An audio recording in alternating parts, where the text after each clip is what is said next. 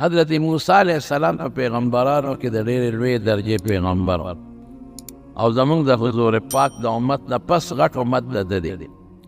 نو یو ځل بني اسرائیلو کې تقریر کو، نو خشته تقریر یې وکړه مزیدار. حدیث کې راځي داسې تقریر یې وکړه چې وجلت منه القلوب وذرفت منه العیون، د خلکو سترګې وبې د خلکو جړل او د خلکو په زړونو کې یره پیدا شوه. نو داسې تقریر باندې عموما بیا د خلکو زړه کې راځي چې یاره دا خو ډېر غټ عالم دی، دته خو ډېره لویه پوهه ده. او د تقریر دپاره پکار هم دا دی چې تقریر کې بنده داسې خبرې وکړي چې د خلکو په زړه کې د خدای یره پیدا شي. د حضور پاک په صفتونو کې دوه صفتونه، یو بشیر مبشر او نذیر. او قرآن شریف کې من الله دا دواړه څیزونه ذکر کړي دي. هم به د جنت خبرې رسول الله مبارک بولې صحابه ته چې د خلکو رغبت او مینه پیدا شي. هم به د دوزخ او د قبر د عذابونو ذکر کو چې د خلکو په زړه کې یره پیدا شي. د تبلیغ او د دعوت لپاره دا دوه خبرې ډېرې ضروري وي. هم به په میاشت کې پکې د صحابه واقعې او قصص واقعات ذکر کول، د عبرت لپاره مثالونه به ذکر کول. واعظ او مقرر له دا څیزونه پکاري، دا نه چې ټول عمر دې د یارې خبرې کوي، نه، یارول به هم کوي او د جنت خبرې به هم کوي، د خوشحالو خبرې به هم کوي، د الله وحدانیت د الله قدرت مقاصد به هم بیانوي او د عبرت لپاره مثالونه یا واقعات ذکر کول. واقعات هم صرف دې دپاره نه چې خلک پې وخندي او خلک پې وجاړي، نه، هغې کې ډېر حکمتونه چې خلک په هغه حکمتونو او په هغه مقاصدو باندې پوه شي. نو خلق وجاړل او د خلکو زړونه ویرېدل. نو چې تقریر اخلاص کړو یو کس ورپاسېدل، وی ستا نه زیات کوئی انسان بل څوک شته؟ حضرت موسی علیه السلام ورته ویل لا، انا اعلم الناس، په دې خلکو کې زیات پوی دی. نو خبره ټیک وه، خبره دروغ نه ده. پیغمبران د دروغو نه محفوظ دي، ولې پیغمبر د امت نه زیات عالم دی. پیغمبر خو د الله نه ډایرک راغشتل کوي، امت ته رسول کوي. پیغمبر استاد د امت دپاره او پیغمبر بعضې ځینو په سترګو لیدلي دي، امت خو اورېدلي وي، هغه په سترګو لیدلي وي. نو د سترګو لیدل جدا شی دی او اورېدل جدا شی دی. نو پیغمبر د ډېرو څیزونو مشاهدات کړي، لیدلي کړي وي، او امت خو د پیغمبر نه اورېدل کوي. بل دا دی چې پیغمبر چې کوم د شریعت څیزونه یې هغې کې خدای پاک هغه ناپویه نه پرېږدي، فوراً یې خبروي، زړه ته وړه ته ورته اچوي، په فرشته رالیږي زړه ته ورته اچوي. امت خو داسې نه. نو خبره بالکل درست وه، رښتیا وه، لیکن تعبیر لږ مناسب نه و، ځکه دا انا لفظ یې و چې زه زیات وی. نو په دې رب العالمین دا پیغمبر که داسې لفظ وی، نو هغه له فوراً خدای پاک د هغې لږه ځوانه ورکوي. حالانکې ګناه نه، لوی سړي لوی شخصیت پیغمبر، خو چې داسې لفظ ته وځي نو رب العالمین فوراً ورته تنبیه ورکوي، خبرداری ورکوي، خبرداری به ورته وکړي. فوراً رب العالمین ورته وایي چې اوس تا نه یو پوه انسان خو شته؟ تا وایي زه پوه یم، یو پوه انسان در سره شته. هغه داسې دی چې هغه سره بعضې څیزونه دي ما ورته ښودلي دي چې تا ته مې هغه نه دي ښودلي. نو دا قانون دی چې د انسان په زړه کې د طلب جذبه وي، د پوهې جذبه وي. نو د پیغمبر په زړه کې هر وخت کې د علم او د پوهې جستجو او طلب وي. نو چې رب العالمین ورته وفرمایل چې ستا نه یو پوه انسان بل شته، نو هغه وایي چې الله کوم ځای دی، زه به دې څنګه مونمه؟ نو رب العالمین ورته یو نښه وښوله، وي یو کب به والې په یو زامبیل کې په یو تیلی کې به یې ځان سره والې او زه روان شم. د دوه دریابونو سنگم چې کوم ځای دوه دریابونه یو ځای کېږي، هلته به ورسېږي چې کوم ځای د کب روږ شو، نو هلته به تا ته سړی میلو شي. موسی علیه السلام وایي اوس دې نه څه معلومېږي؟ زه راته اوس هغه حکمتونه او خبرې کوم. یو خو ما درته ووایي چې واعظ داسې تقریر پکار دی مې درته بیان. دویم دا دی چې ځان ته به دا نه وایي چې زما نه پوه څوک نشته، زه ښه پوهېږم. وفوق كل ذي علم علي، د هر پوی د پاسه بل پوی شته. یو سړی به ډېر لوی عالم وي، یو مسله به یې هغه ته به نه معلوم، او بل به د هغه نه رکوټې عالم وي، هغه مسله به هغه ته معلوم وي. دا لازمه نه ده چې یو ډېر لوی عالم دې وي او هغه د عقل کلي او هغه سره د علم کلي او ټول ارس هغه ته یاد. زموږ حضرت امام ابو حنیفه رحمت الله علیه نه په ډېرو مسلو کې تپوس شوی دی او امام صاحب به ویله ادري ما ته پته نشته.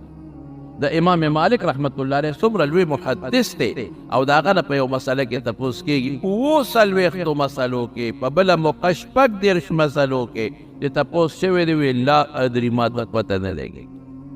او په خپله رسول الله مبارک نه تپوس شوی دی یسألونک عن الروح، نو پیغمبر مبارک چپوالی اختیار کړی دی او د وحی انتظار یې په بله موقع کې د رسول الله صلی الله علیه وسلم نه تپوس شوی دی او پیغمبر مبارک جواب نه دی ورکړی، د وحی انتظار یې کړی چې کله وحی راغلی جواب یې ورکړی. نو موږ د پیغمبر نه لوی خلق خو نه، نو دا به نه وی دې آیت نه دا معلومیږي چې دا به نه وی چې زه پوهېږم او د ټول نه زیات پوهېږم. څوک د مسلې تپوس وکړي دا مسله جواب ورکړه، که نه وی کتاب ته وګوره، که نه وی سبا راشه، چې نه درلئ بیا بل چا نه تپوس وکړه. هېڅ خبره شرم نه ده. نو فورا او بله دې څه مسله معلومیږي، بل دا چې درته پته ولګي چې ستا نه لوی عالم بل شته، نو طلب ته لاړ شه، تپوس دې وکړه د مسلو. نو چې الله ورته ووایي چې ستا نه لوی عالم بل شته، نو فورا الله نه تپوس وکړه څنګه به درته رسېږي. وی زامبل کې یو کب واچوي ورګړی کب کو چې کوم ځای روک شو دی بالتی ځان سره شاګرد واخیست یوشع بن نون. شاګرد ته څه وایي؟ إذ قال موسى لفتاه لا أبرح حتى أبلغ مجمع البحرين أو أمضي حقبا، چې الله راته کومه نښه ښودلې ده د دو دریابونو چې کوم دی یو ځای کېږي هلته به ځم، بس صبر نه کړم، او یا به ګرځم په زمانو به ګرځم په میلانو به ګرځم، خو دا سړی به پیدا کړم. ځان سره خپل شاګرد یوشع بن نون واخیست او روان. دې نه دا معلومه شوه چې یوازې سفر به نه کېږي، ځان سره ملګري والا، ملګري بولدو، ملګري بهتر دی. بلکې رسول الله صلی الله علیه وسلم په یو حدیث کې فرمایي الواحد شیطان. په بعضې موقعو هره موقع نه که یو کس سفر کې دا شیطان ولستان شیطانان او چې دوه دي دا هم شیطانان دي، والثلاثة رکب چې ځي 3 کسه دی راشي. خو دا ګورې بعضې موقعو کې په بعضې موقعو کې 2 کس هم سفر کولی شي، په بعضې موقعو کې یو کس سفر منه دی چې په ځنګل او په صحرا کې دی، یوازې منه دی، 2 به بوځي. په بعضو کې 2 سفر هم منه دی چې خطرې 3 کسان په سفر لاړ شي، بعضو کې 4 کسان په سفر لاړ شي. ولې که دا یو پکې ناجوړه شي نو یو کس پر دی مریض خدمت وکړي، 2 کسه به لاړ شي هغې لږ د دارو ګلملو او د ډوډۍ د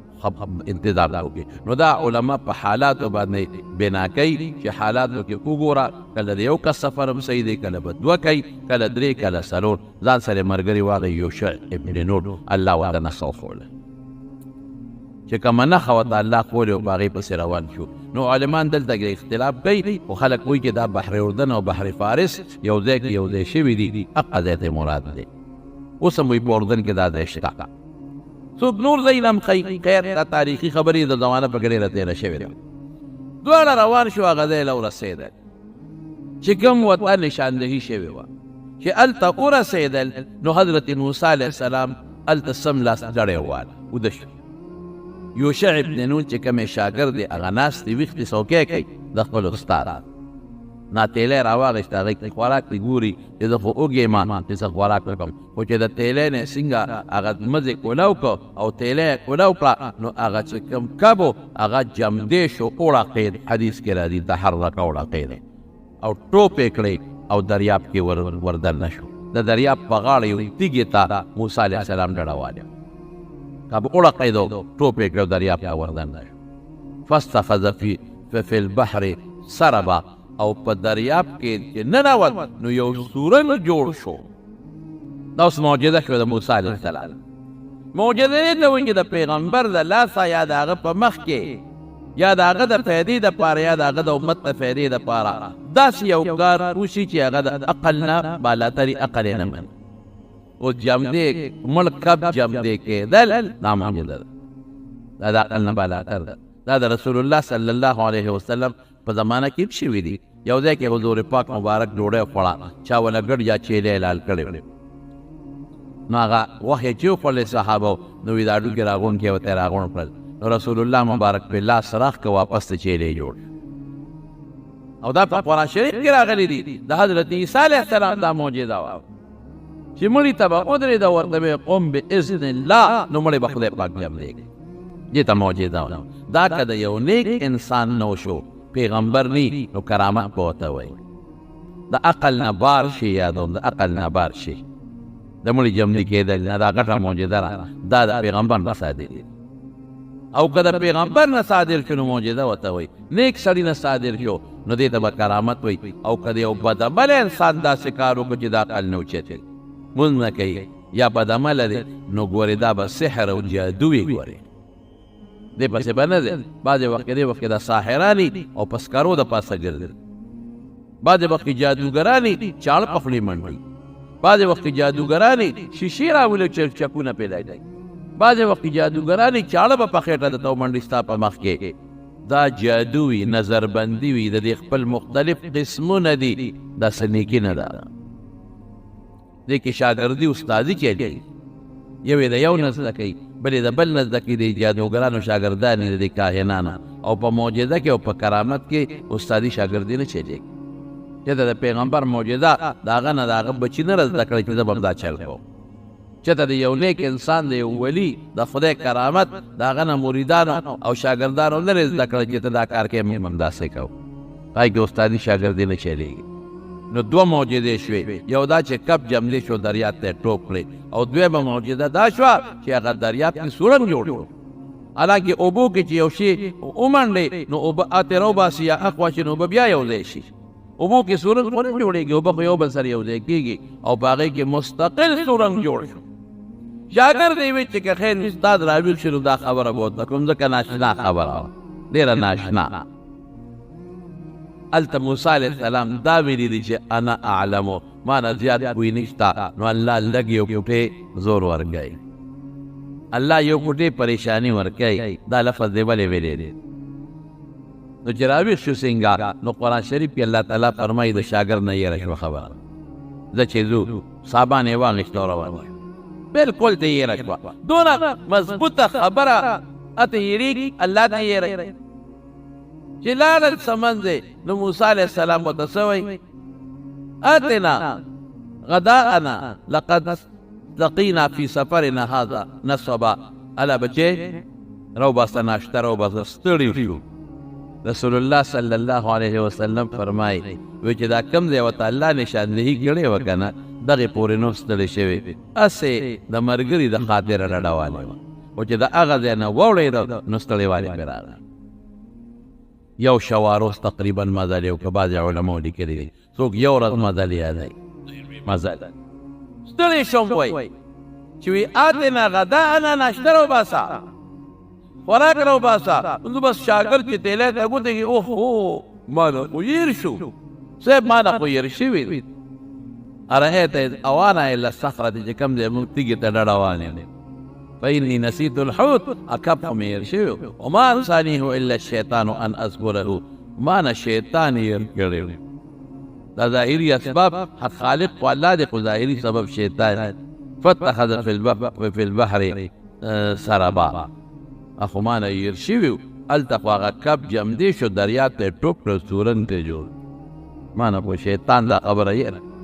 شیطان په بل طرف ور واچولم رانه هېره کړله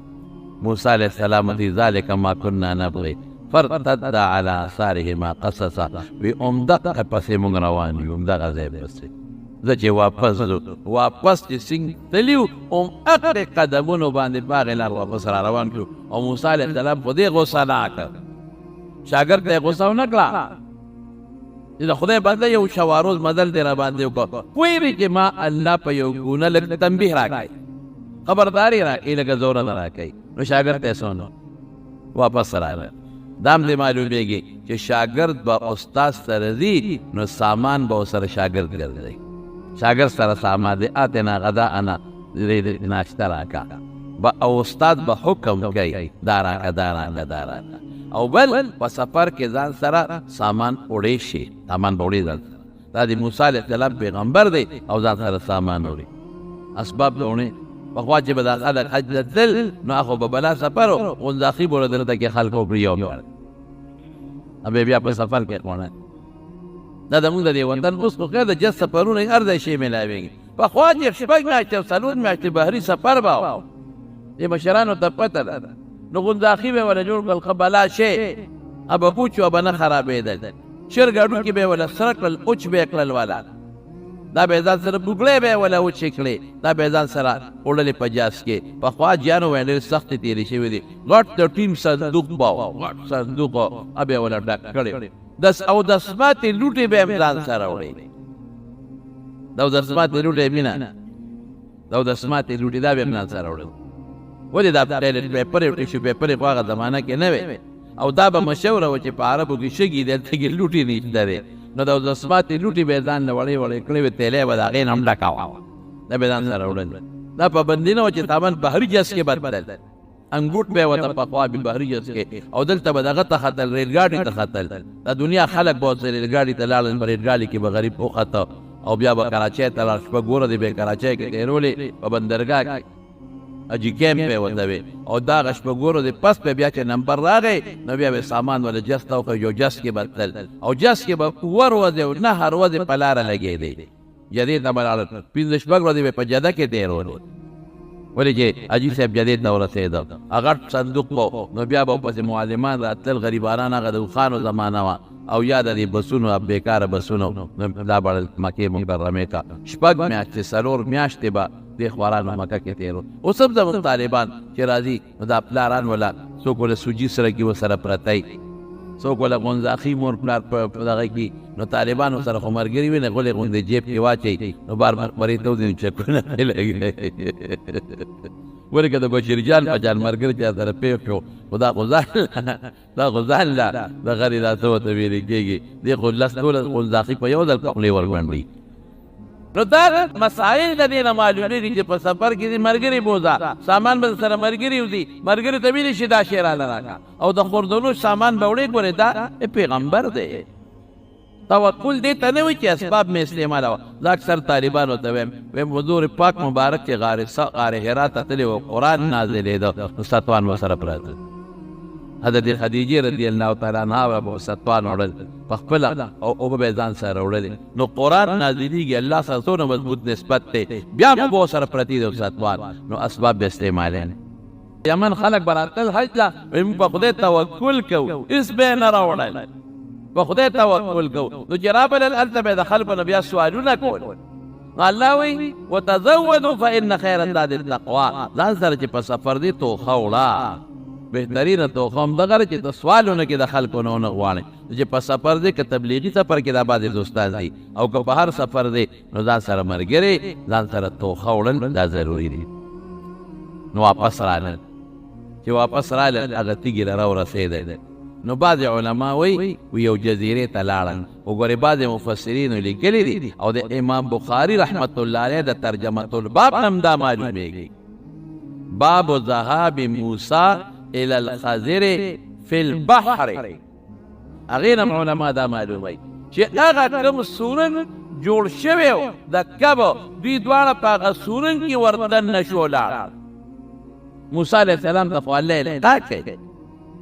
بعضې حضرات وي دغه ته کې یو چینه وه هغې ته عین الحیات وایي وي د هغې یو ساس کې اوبه په کپ پرېوتې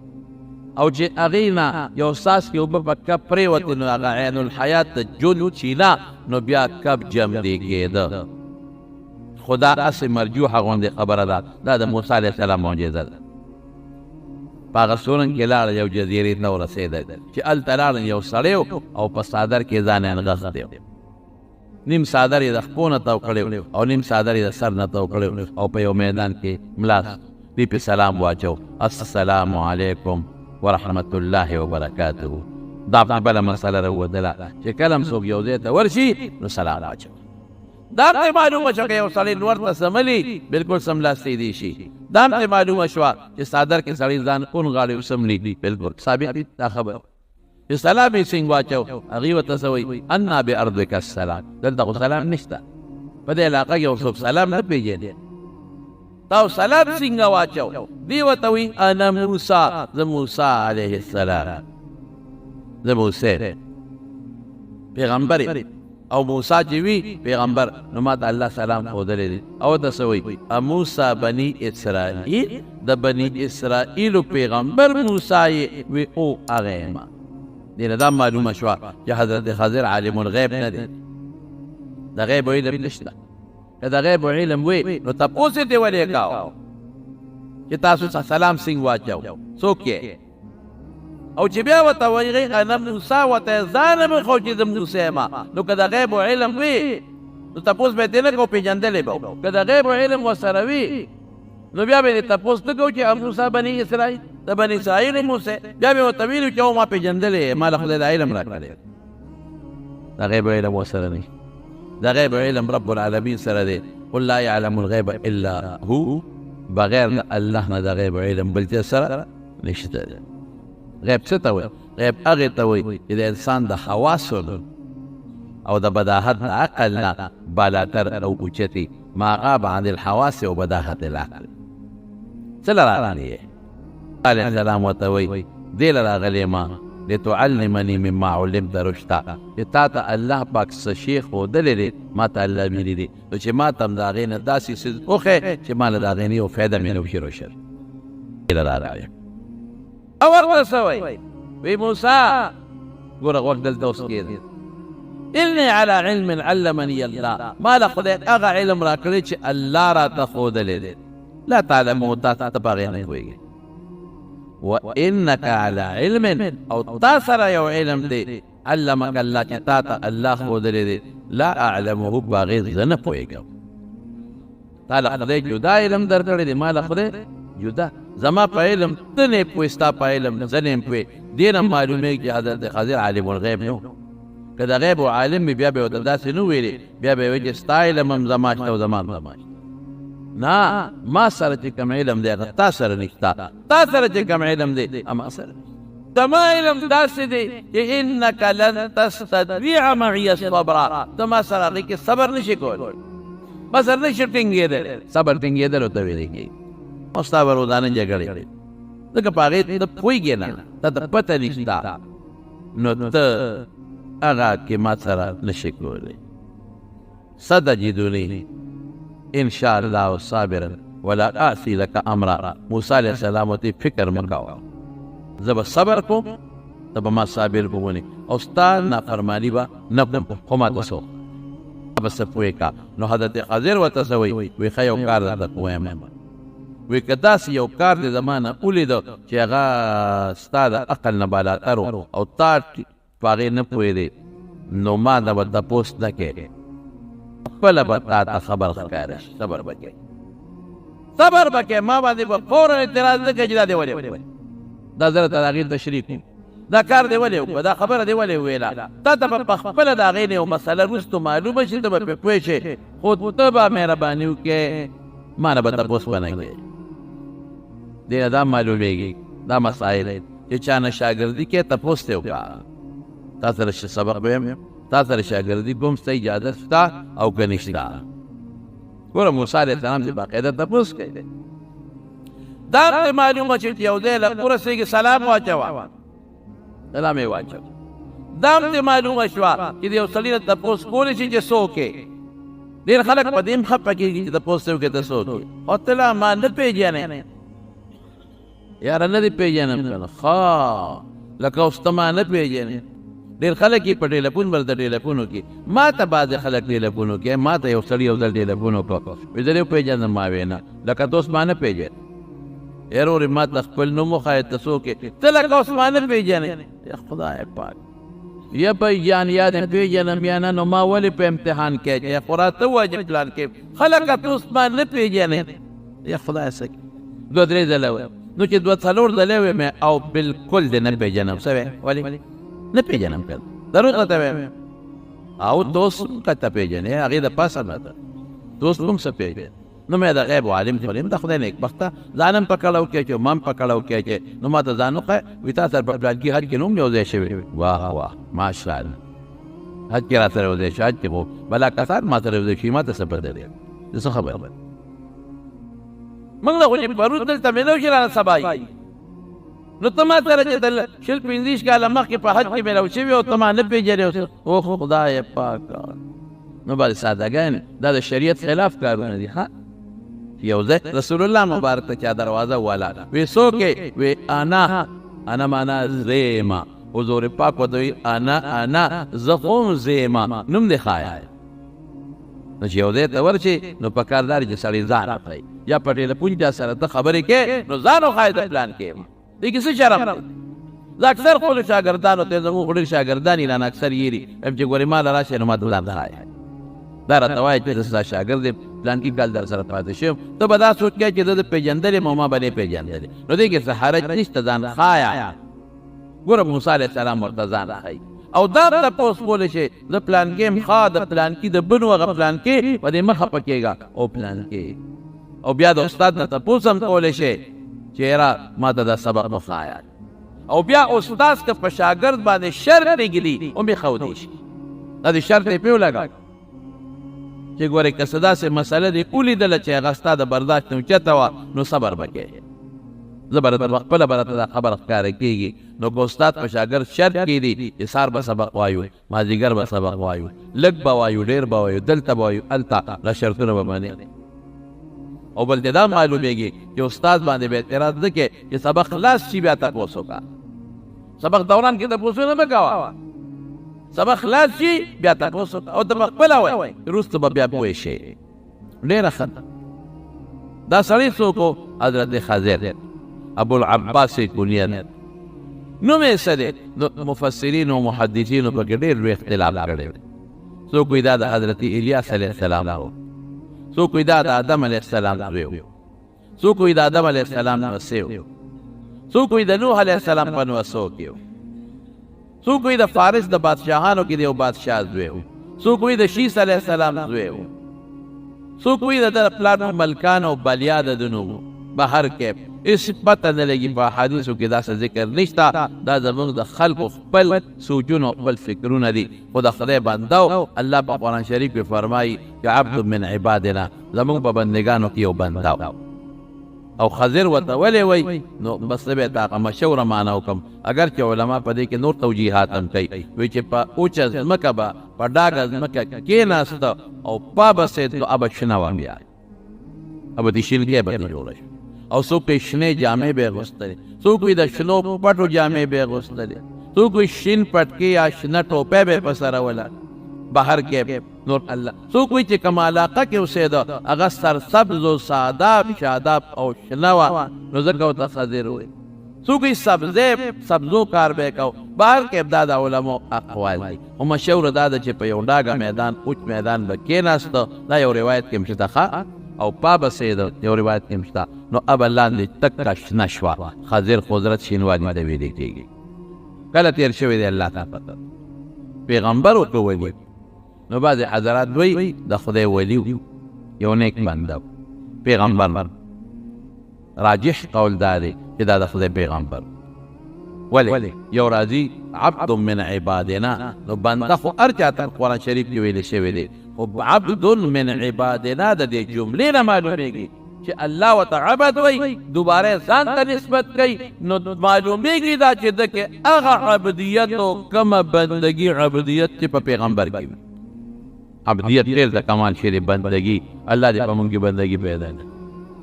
مرتبه خو د رسالت اشرفه ده اعلی رسول اشرفي خو ګورې رسالت په کامل عبدیت موقوفي چې سړی مضبوط بندګي پکې راشي نو الله پیغمبري ورکوي چې چا کې کلکه بندګي د پروردګار نه هغه خدای پاک پیغمبري نه ورکوي کلکه بندګي پکې وي ګوره دا بندګي صفت ډېر قیمتي شی دی رسول الله صلی الله علیه وسلم چې کله قرآن نازلېږي نو دا صفت یې ذکر کېږي الحمد لله الذي نزل الفرقان على عبده ليكون للعالمين نذيرا الله پاک فرقان قرآن په خپل بنده نازل کړ پیغمبر مبدل ته کې علی رسوله نه و چې په خپل رسول مې نازل کړ په خپل بنده مې او چې معراج ته رسول الله مبارک الله نو دا صفت ذکر کېږي سبحان الذي اسرى بعبده ليلا برسوله بنبيه الله نه وایي خپل خاص بنده هلته بوتلی او چې بیا هلته کې ورسره مشرف بالکلام ګرځي فأوحى إلى عبده ما أوحى بندگی ډېر قیمتي صفت دی الله دې په موږ کې بندګي پیدا کړي چې هر وخت زموږ د عقیده پیدا شي چې د الله بنده یم زه به د الله عبادت کوم زه به الله ته سر ښکته کوم حق دا دی چې زه الله ته سر به سجود شم د الله په دربار کې هر وخت کې زاري وکړم او هر وخت کې الله ته خپل حاجت ورښکاره نو یو عبد من عبادنا دویم څه دی دویم راځي قرآن شریف کې الله فرمایي چې دله ما علمناه من لدنا علم ما د خپل طرف نه ور یو خاص علم علم لدني نو دا من لدنا علما عام انسان تم کیدی شي خدا ټول چې مونږ یو دی خدای آتا څنګه دی من لدنا مونږ خپل طرف نه علمناه مونږ علم ورکړو وآتيناه رحمة من عندنا رحمت په عام انسان کیږي خو چې دا رحمت من عندنا یو براوالی عبدا من عبادنا امرا واخلي او من لدنا علما لفظ امرا واخلي او دا نور حالات چې موسی علیه السلام راځي دا ټول چې یو ځای کې د دې نه ښکاره د دې خبرې غالب ګومان پیدا کېږي چې دا د خدای پیغمبر و حضرت خضر عمر هم وله خدای ډېر ورکړ آیا اوس جم دی دی که مړ دی زموږ بعضې علما لکه امام بخاري رحمت الله علیه یا زه به ووایم چې محدثین اکثر وی دی وفات شوی وفات شوی صوفیه حضرات وایي چې نه دا جمدی دی دواړه خپل څه نه دلایل وایي خو خیر هغې کې زموږ څه بحث نشته یا جمدی دی وفات شوی دی هغې کې مونږ خبرې نه کوو اگر چې دواړه مونږ طالبانو ته وایو د محدثینو دلایل هم وایو د صوفیه دلایل هم وایو بیا ولې یو فیصله راوباسو خو بس خیر د خود غالبه دا ده چې د خدای پیغمبر و نیک سړی و الله ولې یو خاص علم ورکړی و موسی علیه السلام او دې دواړه سره روان شو یوشع ابن نون څه شو نو بعضې حضرات وایي هم ورسره روان دی خو بس چونکې هغه تابع دی نو د هغه ذکر نه کېږي او څوک وایي چې نه یوشع ابن نون شاګرد دی واپس کړه چې ته ځه زه د سره څه موده شاګردي کوم بیا به سره ګورو دواړه سره روان شو دغه علاقه کې دې خلکو پېژانده چې نیک سړی د هغه نه به داسې کارونه ښکاره کېدل چې هغه به د عقل نه بالاتر بلکې بعض علما وایي چې دله الله پاک د کومو امور تکوینیه او علم ورکړی د هغه خلکو ته او بعضو خلکو ته خو خیر خلکو پېژانده چې دا خو ډېر نیک سړی دی خلکو ته پته وه چې دا خو د خدای ولی دی خلکو ته پته وه چې دا ډېر نیک سړی دی خلکو به ډېر قدر کوه او خلکو به ډېر عزت کوه استاد مخکې دی موسی علیه السلام ورپسې دی یو ځای ته ورسېد په یو طرف باندې روان یو کشتی کې ده دا کشتی به د یو طرف نه به خلک بل خوړل د بل طرف نه به بل خوړل نو چې دوی څنګه کشتی له ورغلل نو کشتو والا دی وپېژانده چې خو دا خو زموږ د علاقې باباجي دی حضرت خضر دا نیک سړی دی نو هغې بغیر د نول نه بغیر د اجرت نه کشتی ته دواړه ونهیلو پیسې دې ونه دې دا معلومېږي چې د مشرانو د عالمانو احترام پکار دې نه دا معلومېږي چې اجرت او کرۍ دې ته وانغېشته ښه دې وکړو دواړه وختل چې څنګه وختل کشتی ته او کشتی روانه شوه نو هلته یو تبر پروت و یا یو ترخس پرته وه حضرت خضر هغه ترخس اوچته کړه او د کشتی تختې یې ډز ورکړه ماته یې کړه کشتی نه تخته وایسته بس موسی علیه السلام فورا ورودانګل د منډې ونیوه دا څه کې خرقتها لتغرق اهلها وایي د خدای بنده کشتی شلې خلک غر کې دا څه کې تخته یې وایسته په ټولې اوبه راشي مونږ غر کې او دا ټول خلک لتغرق اهلها نوره کشتی غر کې دا څه کې د خدای بنده هغه ورته بیا همغسې وایي ما درته نه وایي چې ته ما سره صبر نشې کولی دا ته ما نه ونید بس موسی علیه السلام وپوه شو چې خبره خو مې شرط قودې دی او موسی علیه السلام چې هغه دې څنګه تخته وویستله که نه نو موسی علیه السلام زر څه شی رالي په هغه سوړه کې منډې او څادر رالي په هغې کې منډې چې اوبه رانه شي دا خو لوی دنیا خلک دی غرق بشي او ورته څه وایي خلکو سره څه ښېګڼه وکړه دا کومه سره څه کوې خلکو مفتو ښېګولې پیسې هم درنه رالي ته ولې کشتی ماته د خدای بنده دا څه کوې موسی علیه السلام خو اوس غوسه لاګه لا چې مشتکرې باندې شوي سوکې ته لا نه دی استلی ځکه په مصر کې د یو نه سوکې استلی نو ذوالقندر ته رسولې موسی علیه السلام غصه ناک دی په انبیاو کې پیغمبرانو کې د جلالی مزاج خاوند دی سخت غصه ناک دی بشیر جان توبه وباسه سور مرچکې دی بشیر جان سور مرچکې به پې وبخئ دومره دی تریخ دومره سخت غصه ناک دی بشیر جان چې دا جدي بیا یې دی چې کله په غصه شي که نه نو دی داسې ګړبېږي لکه ته وې زلزله پې راغله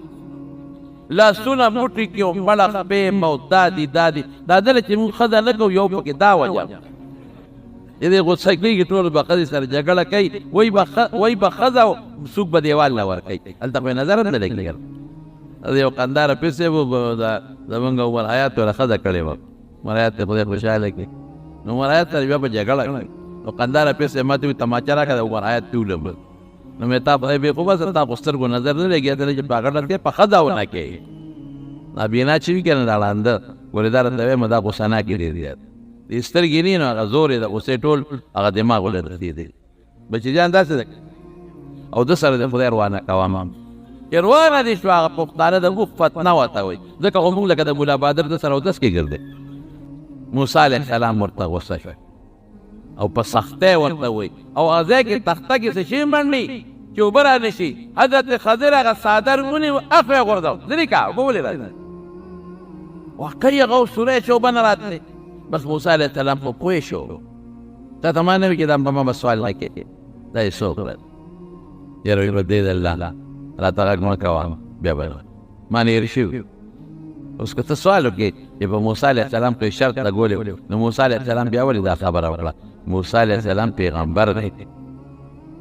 او قانون دا دی چې پیغمبر کم کار وکړي هغه شریعت حکم شي د پیغمبر په مخ کې یو مسلمان انسان یو کار وکړي او پیغمبر پې چپ شي دا د شریعت قانون شو نو که موسی علیه السلام دلته چپ پاتې شوی وی هغه ته خو پته وه چې دلته یې پردی کښتۍ ماته کړه ابوی خیراتي وړو دی ویله کښتۍ ماتوي نو که موسی علیه السلام غږ نه وی کړی چپ پاتې شوی د موسی علیه السلام علم ده چې دا به قانون جوړ شوی چې پردی کښتۍ ماته وجایز دي ولې پیغمبر به مخکې چې څوک یو کار وکړي پیغمبر چپ شي نو قانون د شریعت قانون شو دا به د شریعت قانون ګرځېدلی و چې پردی کښتۍ ستا مخکې څوک ماتي ته به غږ نه کوې که پردی کښتۍ ماتي دا جایز دي ځکه د موسی علیه السلام مخکې ماتېده او غږ نه دی کړی پردی کښتۍ ته نقصان رسوي دا صحیح دي دا جایز دي په دې وجې د موسی علیه السلام د خپل شریعت مطابق او د خپل علم او د خپلې پوهې مطابق هغه له پکار و چې سوال وکړی ویې کړی سوال خو چونکې هغه ورته وویل چې دا ټیک ده ستا خبره سوال خو دې وخت کې د مستدان له معامله ده دوی سوال مخکې لاړل روان په کښتۍ دې ورته وایي خیر دی ما نه غلطي وشوه دی کې یو مرغۍ راله او هغې ټونګه ولګوله د کښتۍ په غاړه کېناسته او دریاب ته یې مخ ښکته کړه یو ټونګې ته یې اوچته کړه حضرت خضر ورته وایي ای موسی ما او تا له خدای علم راکړی دی زما ستا علم او د دې ټول مخلوق علم د خدای د علم په مقابله کې داسې دی لکه د رکوټې ساس کې چې د مرغۍ د دریاب نه اوچت کړه د خدای د علم مثال د دې دریاب د اوبو د څاڅکو په شان دی او زما او ستا د دې ټول مخلوق علم د دې رکوټې ساس کې دی چې دا مرغۍ په خپله مخو کې اوچته د الله لپاره مثال هم نه ورکوي دې ته طالبان وایي د یو مخصوص سره د یو اظهر سره بعضې وخت یو مثال ورکړي چې د خلکو ذهن یې واني یو رکوټې ساس کې به څه شي وي د دریاب په مقابله سمندر دریاب د الله خو دومره علم ده چې انتها ولا نشته چې څومره زموږ په دې وجود کې رنګونه دي څومره زموږ په دې وینه کې هغه ذرات دي ورته ریډ او وایټ سیلز وایي او څومره د انسان په وجود او د حیوان په دې وجودونو ویښته دي او څومره په دې خونو کې پاڼې دي او څومره تخمونه دي د هغې ټولو نه رب العالمین خبردار دی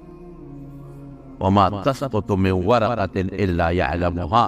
جواز د تورغزو نه ستا د کور بوټي نه افریقا او امریکا ځنګلونو کې او په دې شاړو دشتو په دې پټو کې چې څومره بوټي دي پاڼه دې غورځېږي الله ته پته ده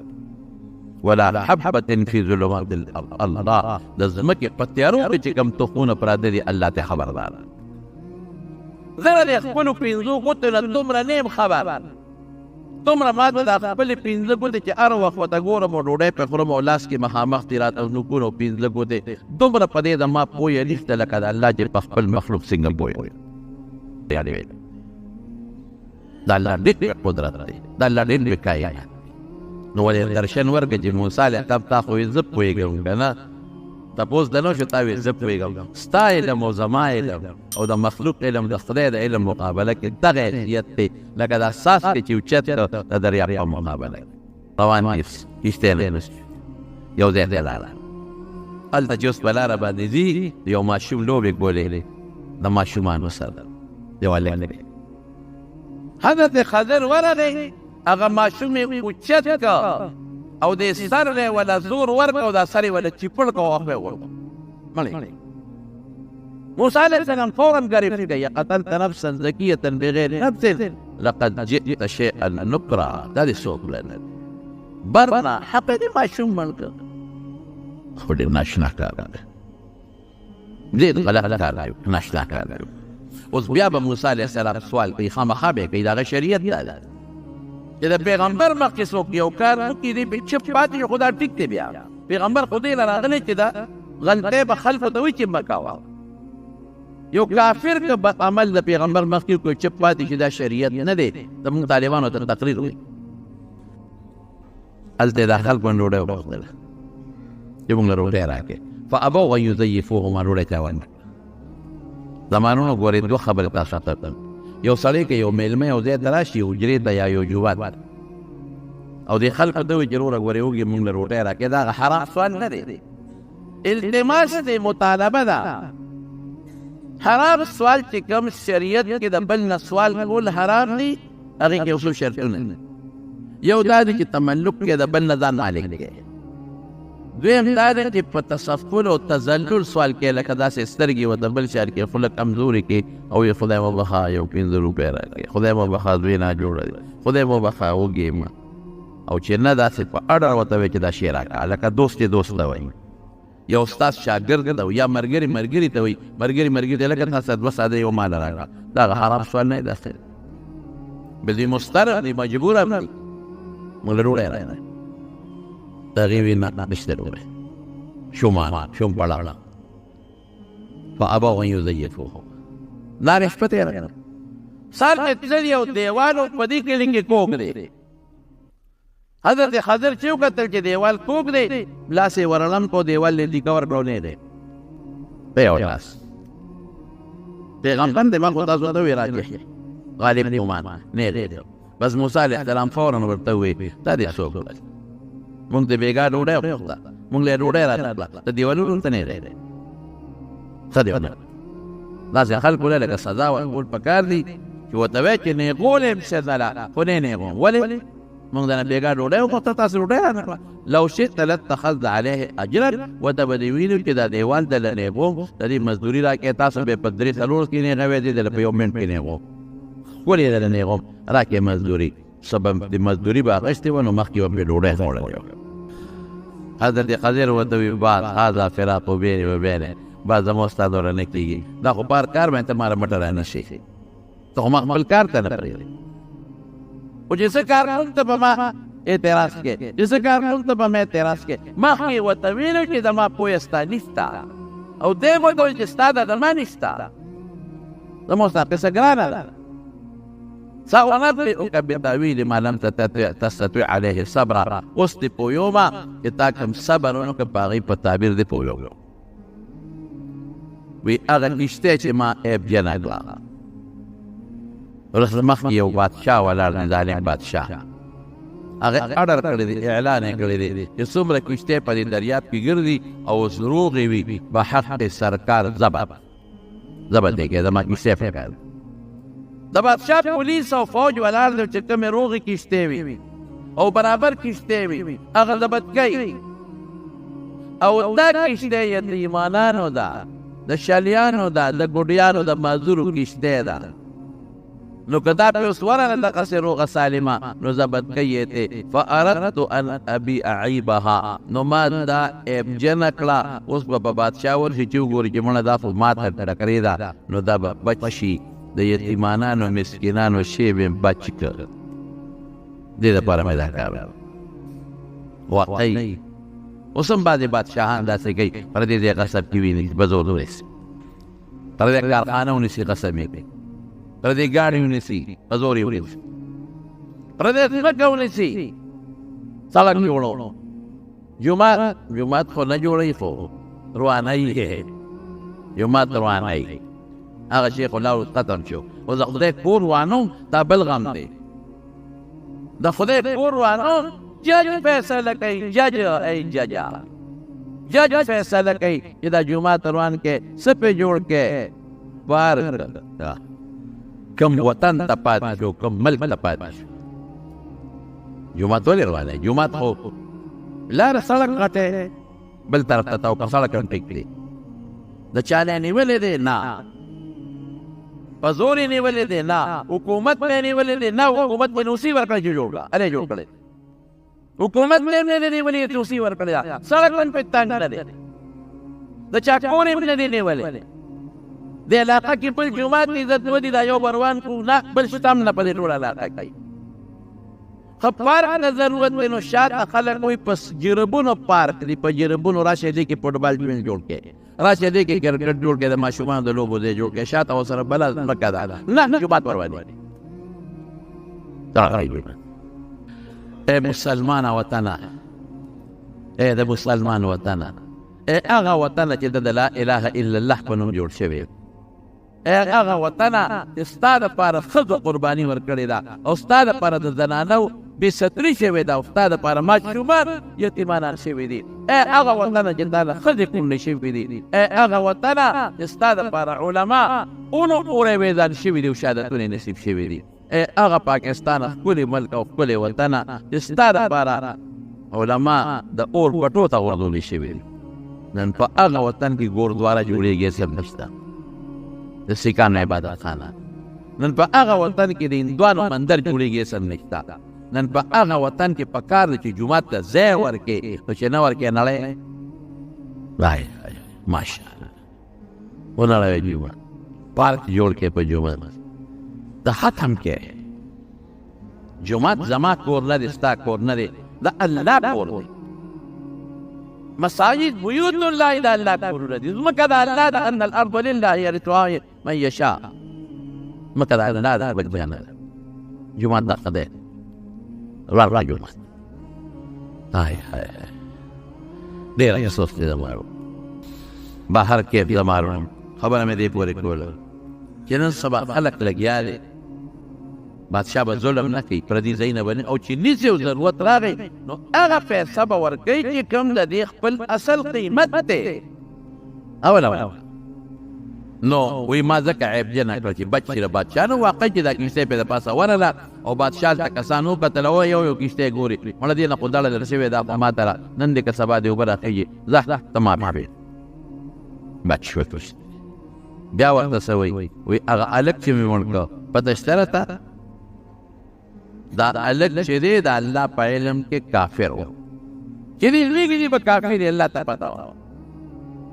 ما خو تاسو ته وختي وي چې د حضرت خضر علم زموږ د ساینسدان او د تجربې والا نه دی الله نه طرف نه دی وعلمه من علمناه من لدنا علما دی به کافر لوی او مور او پلار یې نیکان دي د هغې د ګمراهۍ ذریعه به جوړي او ګمراهان دي د الله په حکم مې مړ که او الله به دوی لره دې نه یو ښه بدل ورکړي که مې پرېښې وې دی به کافر لوی شوی وې که مې پرېښې وې مور پلار یې نیکان دی به هم کافر کړي وي هوا شوانې کړي خدای به دې نه ښه بدل ورکړي زمارونو د دې نه یو بله خبره معلومېږي بعد وخت یو ماشوم مړ شي مور او پلار یې خفه وي دا د هغې دپاره تسلي ده چې مه خفه کېږه دا ستا خیر دی په دې کې که دا ماشوم لوی شوی وې نو دا به ستا دپاره د مصیبت ذریعه وه نو خدای په ماشوموالي کې مړ کړه فایده پکې سره خدای داسې پولیس په جوړو پیدا شوې نه وې خدای په فایده پکې دا ده چې ته غمجن کې دړمن دی کړې تا له به خدای ګناه ورجوي ته دړمن کې غمجن کړې تا له به خدای مرتبه بلنده کړي ته دړمن کې صبر دی که جنت به خدای پاک درکړي ته دړمن کې دا ماشوم به خدای سپارشي کړي او د دې په دې بدله خدای بدل درکړي مونږ اکثر خلک ته وایو ماشوم یې مړ شي او رکوټ یې ودي او پسې مور پلار خفه یقینا خفګانئ مونږ مه خفه کېږه څه پته لګي دا زوی دې بالغ شوی او قاتل ډاکو ته جوړ شوی بیا به څه وه کافر ته جوړ شوی بیا به څه وه بیا به دې وایي چې خدای ماشوموالي کې مړ وي ښه بابا عسى ان تکرهوا شیئا وهو خیر لکم الله وی تا ته به یو شي ښه نه ښکاري او تا لپاره خیر یې عسى ان تحبوا شيئا وهو شر لكم تا ته به یو شي ښه ښکاري ښه به یې خوښوئ او به تاسو له خطره وي علم ما تاسو ته وي د الله یې زموږ نشته اوس پوه شئ په خبره بعضې وخت کې ماشوم بیا بچې مړ شي خلک خفه یې که نه دې کې ستا خیر الله چا سره ظلم نه کوي زیاتې نه کوي دا د خیر دی دا که لوی شوي تا له مصیبت او بچي له مصیبت او بس په ماشوموالي کې د نواغش خیر ښه دی یبدي لهما خیرا څه معنا ده دا هغې هلک په ځای وله خدای پاک لور ورکړه مور پلار اوس به ته وایې چې څه که لور خو خیر دی لکه لور باندې خلک خفه کېږي اوس هم ګورې دا مې عادت دی د چا چې زوی پیدا شي ډز زوی پیدا شو هلکه د پلانکي زوی شو هلکه د پلانکي زوی ټیلیفون نو یو خو بل خو مبارکې دی او زوی شو چې لور پیدا شي غږ لور پیدا شي چې ټیلیفون هم کوي چې تا دغه هیلې مور ته نو ده څه وایي ماشومه وشوه ته به وایې دې جینۍ دا ده په خپله چې تا را پیدا کړې ده جوړه کړې ده هغه غریبې سره خبرې په څو ورځې میړه نه کوي لور دې راوړه دا دې جوړه کړې ده په خېټه کې دنده دا دې خوښه ده چې لور پیدا کړي پیغور ورته کوي راوړه لونه دا د دې خوښه داسې مې شوي دي ګورې زه حقیقت وایم چې د یو ښځې 5 شپږ لونه شوي دي ښځې حمله کړې ده وایي ته لونه راوړې طلاق یې ورکړې ته لونه راوړې لور یې وجلې ده زموږ زنګ والا زړونه والا خلک دا د ښځې خوښه کې زما د لور شي او په لور کې خو خیر دی ما لور خو رحمت دی په لور ولې خفه کېږي په زوی د جنت زیری نه دی شوی او په لور د جنت زیری شوی رسول الله مبارک فرمایي چې چا لور وي او ښه تربیت یې وله او ادب یې ورته وښه او ښه تعلیم یې ورته وښه خدای پاک به د دې لور په عوض په دې تربیت په او په دې تکلیف چې ورسره تېر کړه جنت به خدای ورکړي په زوی نشته زامن ستاسو خوښ دی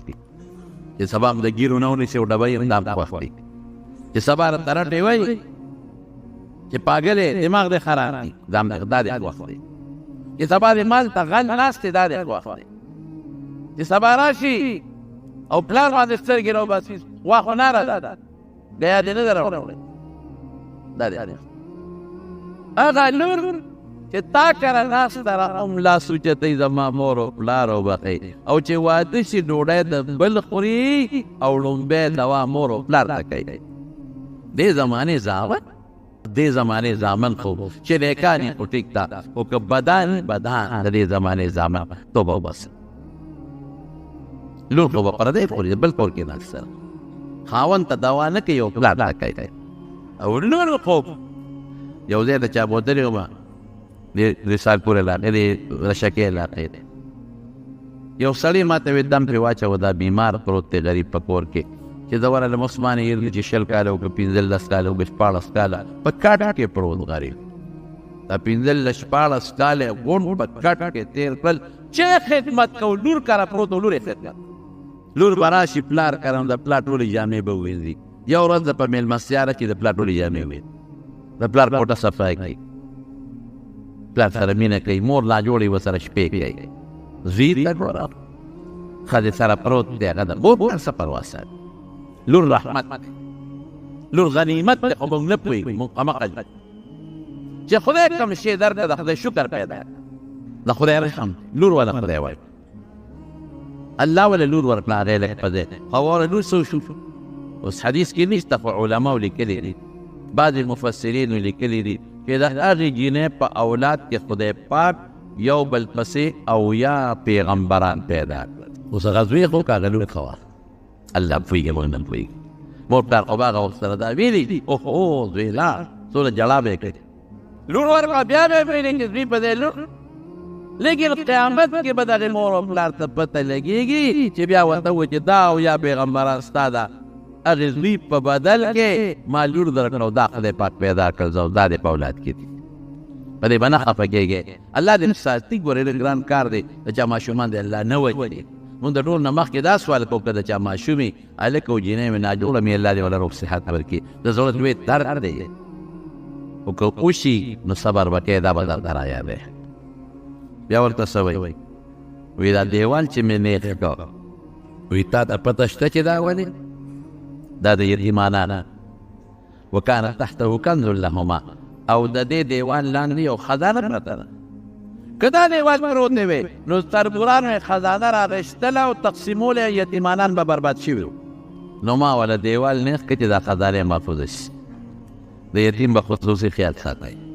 رسول الله صلی الله علیه وسلم فرمای وی چې کوم انسان انا وکافل الیتیم هکذا فی الجنة دا ګل مبارک ادا سکلی وی چې کوم انسان د یتیم خیال ساتي د یتیم پالنه کوي زه او دغه انسان به په جنت کې دغه سیو لکه دا دوه ګوتې شي او ځای دی د یتیم په سر به د رحم لاس راکوي اما الیتیم فلا تقهر وسوالن کې یتیم نه یتیم به خیال او چا چې هم د یتیم خیال ساتلی دی نو الله پاک غلط په دنیا کې هم د هغې بدل ورکړی او په آخرت کې هم بدل ورکړی او د یتیم مال به هم نه خورئ لا تاکلوا اموال الیتامی ظلما زیاتې به نه او چې چا هم د یتیم مال وخوړه انما یأکلون فی بطونهم نارا وسیصلون سعیرا خېټې ته اور اچوي انجام یې بل شوی اور دی د دې وجې موږ اوس هم دا یو خبره کوو تاسو ته بعضې وخت کې یو سړی مړ شي ماشومان یتیمانان دې پاتې شي د ده خیراتونه مه کوې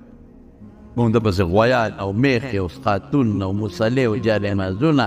هلکه دې کې د دې یتیمانانو حق دی ته چې دا کم خیرات کې او دا روجې پخې د دې ماشومانو یتیمانانو حق دی یتیمان سبا نه چې بیا ویش کوي او تقسیم کوي نو چې په پلار څومره خرچه شوې ده دیګونه پک شوي دي قدونه شوي دي خیراتونه شوي دي اتې ټول د سره وباسي د هغه یتیمانانو په حق کې مړه ده یتیم مال ګناه ده ظلم ده زیاتې ځان خاطر دی او یو دا کم غریب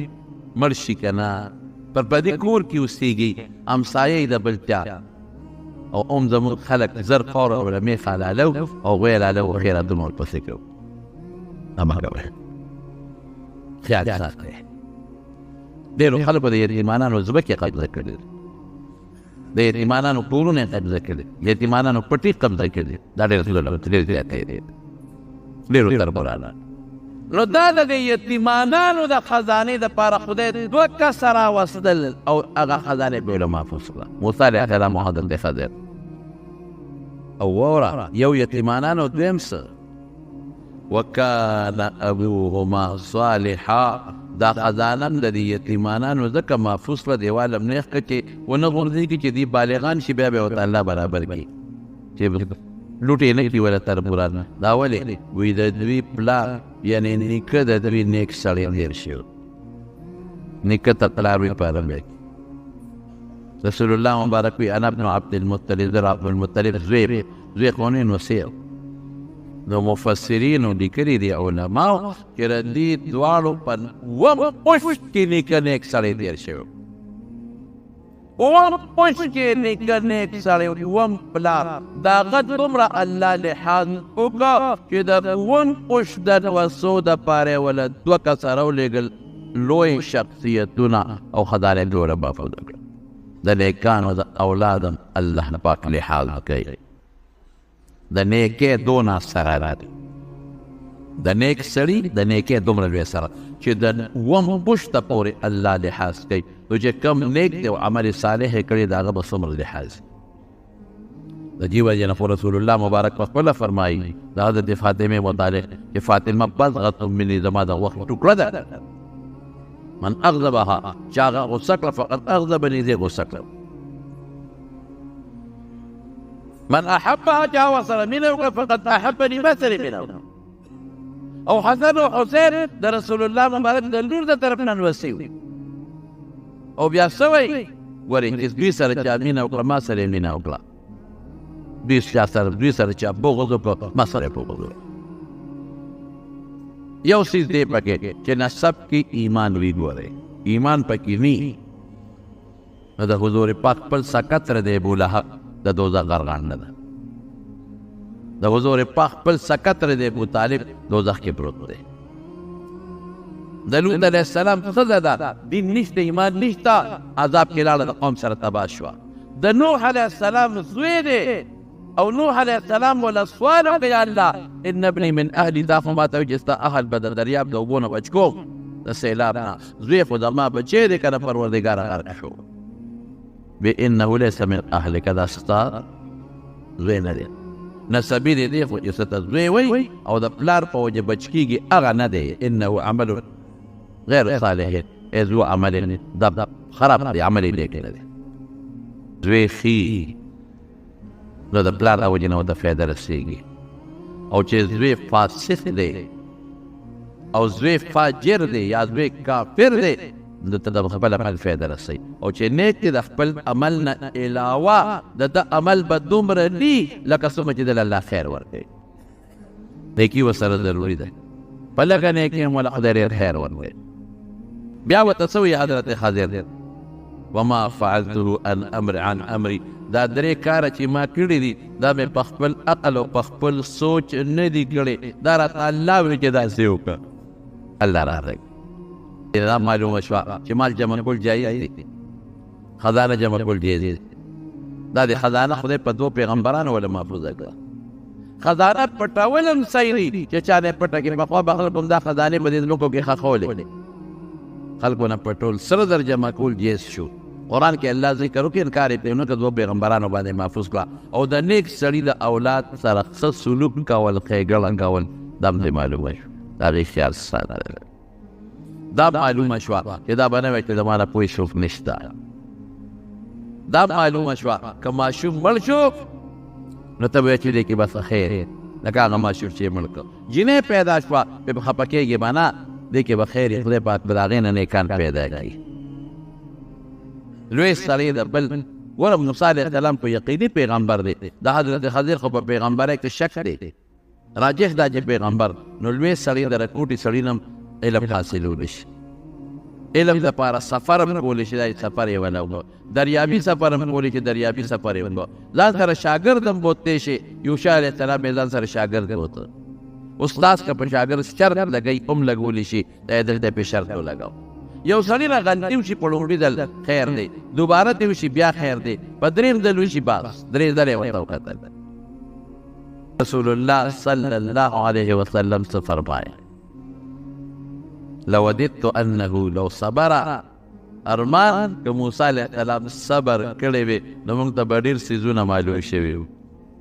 ګوره د دغې څیز تمنا د دواړو جهان مبارک سردار پورې وکړه. پته ولګېده چې دغه شی الله حضور پاک ته هم نه دی ښولی. لوددت دا ارمان لرم چې دې چپ شوي موسی علیه السلام نو موږ ته به نور هم ډېر څیزونه واضحه شوي ډېر نور څیزونه به هم راښکاره شوي وو راته په دې درېیم کې خو بلا علمونه دي نور به هم راته ډېر څیزونه واضح شوي وو. بنیادي څیز څه دی دا به نه وي چې زما نه پوه څوک نشته. ځکه موسی علیه السلام نه تپوس وشو وی تا نه لوی پوه څوک شته وی نه نشته. خبره ټیک وه بالکل د پیغمبر نه پوه په امت کې بل څوک نه پیغمبر ډایرکټ د خدای شاګرد دی لیکن تعبیر الله ته مناسب ونه لګېد.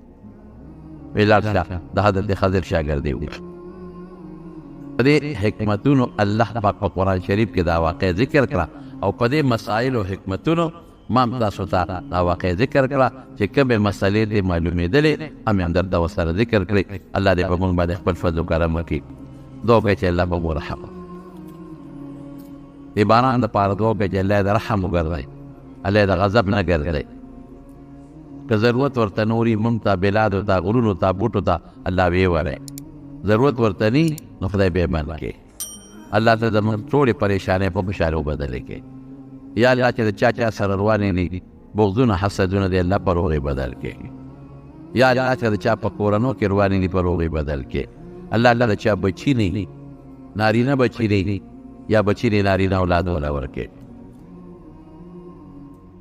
الله موږ هر قسمه مصیبتونو فتنو آفتونو په امان کې وساتي. زموږ باندې یو دوست حاجي نجیب الله صاحب د هغه والد صاحب هم وفات شوی دی، درېیمه ده. دعا وکړئ چې الله یې مغفرت نصیب کړي، الله تعالی د آخرت خوشحالۍ نصیب کړي، الله یې ټولو وارثانو او بچو له صبر ورکړي. څومره زموږ دوستان دي که دلته دي که بهر دي، الله ته د دنیا او د آخرت خوشحالۍ او برکتونه او عافیتونه پروردګاره نصیب وګرځولی کړي. باید دوستانو دعا دپاره درخواستونه کړي دي، الله ټولې دعاګانې قبولې کړي، خدای ټولې دعاګانې قبولې کړي او الله تعالی ته زمونږ د عافیت زندګۍ نصیب کړي. باید زما دوستان دي څوک بار کې دي څوک دلته دي، د هر چار وخت نوم اخیستلو کې بیا لږ ریا راځي، ټولو له خدای د خیر او د برکت زندګۍ ورکړي. زموږ د جومات کې د مدرسه کې چې چا تعاون کړی دی، خدای د هغې بدلې ورله په دواړه جهانه ورکړي. څوم چې لرې لرې ځای نه مېلمانه راځي، رب العالمین ته په یو قدم اجر نصیب کړي. چې کوم بیماران دي الله روغ صحتونه ورکړي، په کورونو کې کوم بیماران دي الله روغ صحتونه ورکړي. خدای د هر قسم آفتونو او د غمونو او د فتنو نه په امن او امان زندګي نصیب وګرځولی برحمتک یا ارحم الراحمین. داسې خپلې واقعاتو او اورېدو لپاره زموږ چینل سبسکرایب کړئ، خپلو ملګرو سره شیر کړئ.